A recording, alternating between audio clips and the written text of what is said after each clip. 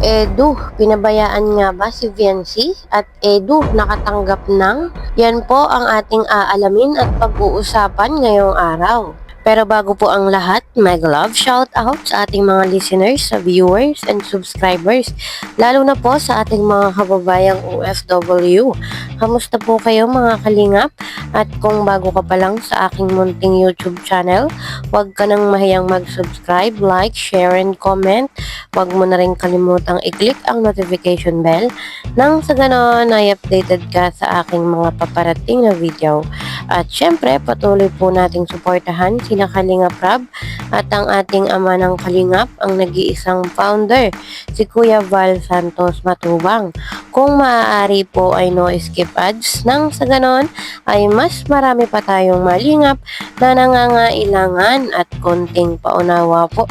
Kung maaari ay tapusin nyo muna ang kabuoang video nang sa ganon ay akma ang ating mga komento. At yun na nga po mga kalingap, totoo kaya na pinabayaan ni Kalingap Edu itong si Bibi Viancy?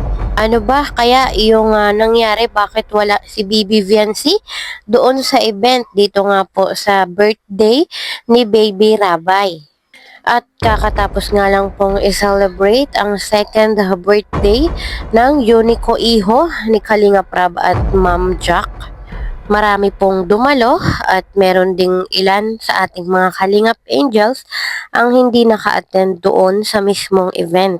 Isa na nga po dyan si Bibi Viancy at hinahanap nga po ito doon sa mismong event at si Kalingap Edu ay nandun.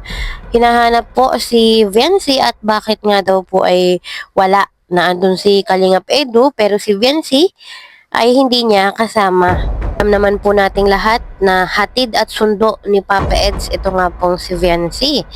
At ngayon nga pong event at birthday ni Baby Rabay ay si Viancy ay hinahanap bakit nga daw po wala. At bakit daw hindi sinundo ni Kalingap Edu ito nga pong si Viancy dahil palagi naman daw po itong sinusundo at hinahatid pa uwi. Dahil nga po doon ay nakatanggap na naman si Kalingap Edu ng pambabash. Isisi po ng mga tao, ng mga supporters itong si Kalingap Edu at bakit nga daw po hindi sinundo.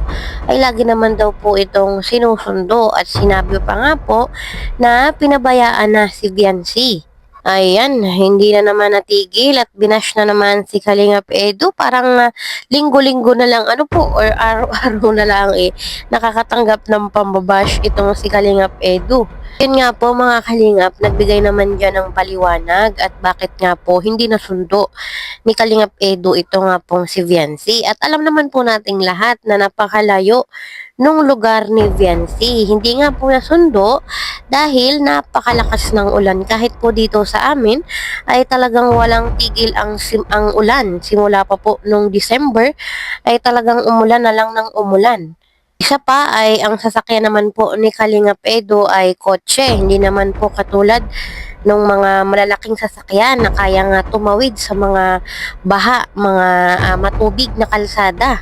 Totoo nga lang po ay malungkot si Habi at wala nga po yung kanyang wifi. At isa pa nga rin po nga dahilan ay hindi makaalis itong si Viancy dahil yung kanyang kapatid ay may lagnat. Kumbaga ay siya yung nagbabantay, siya yung nag-aalaga at nagpapainom ng gamot. So, may mga dahilan naman po sila pareho. Kaya po, itong si Viancy ay hindi naka-attend. Gawa nga po ng nag-aalaga ng may sakit na kapatid. Itong si Papa Eds ay hindi nga masundo itong si Viancy. Dahil sobrang lakas nga po ng ulan. Talagang kahit po talaga dito mga kalingap ay ang lakas ng buhos ng ulan. Wala naman pong bagyo pero parang may bagyo. Naiintindihan ko po na yung inyong kagustuhan ay gusto po nga natin na naandun si Viancy. Pero sana isipin po natin na kung gusto natin ay mas gusto ni Papa Eds na naandun si Viancy. Kaya po sana ay wag na natin masyadong i-bash dahil hindi rin naman yan makakatulong sa kanila. At saka lahat naman na nangyayari ay may dahilan. Kaya sana ay alamin po muna natin yung buong pangyayari, yung buong detalye. Bakit nangyari yung ganito, yung mga ganyan. Hindi yung basta na lang tayong makapagsalita nang hindi naman natin alam yung totoong nangyari.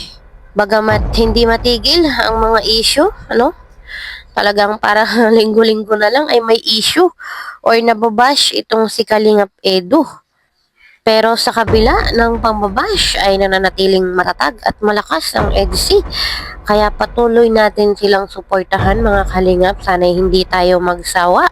At lalo pa nga at nalalapit na ang ribbon cutting, ang paglipat ni Viancy, ang ating pinakahihintay. Nako nga, abangan po natin yan mga kalingap.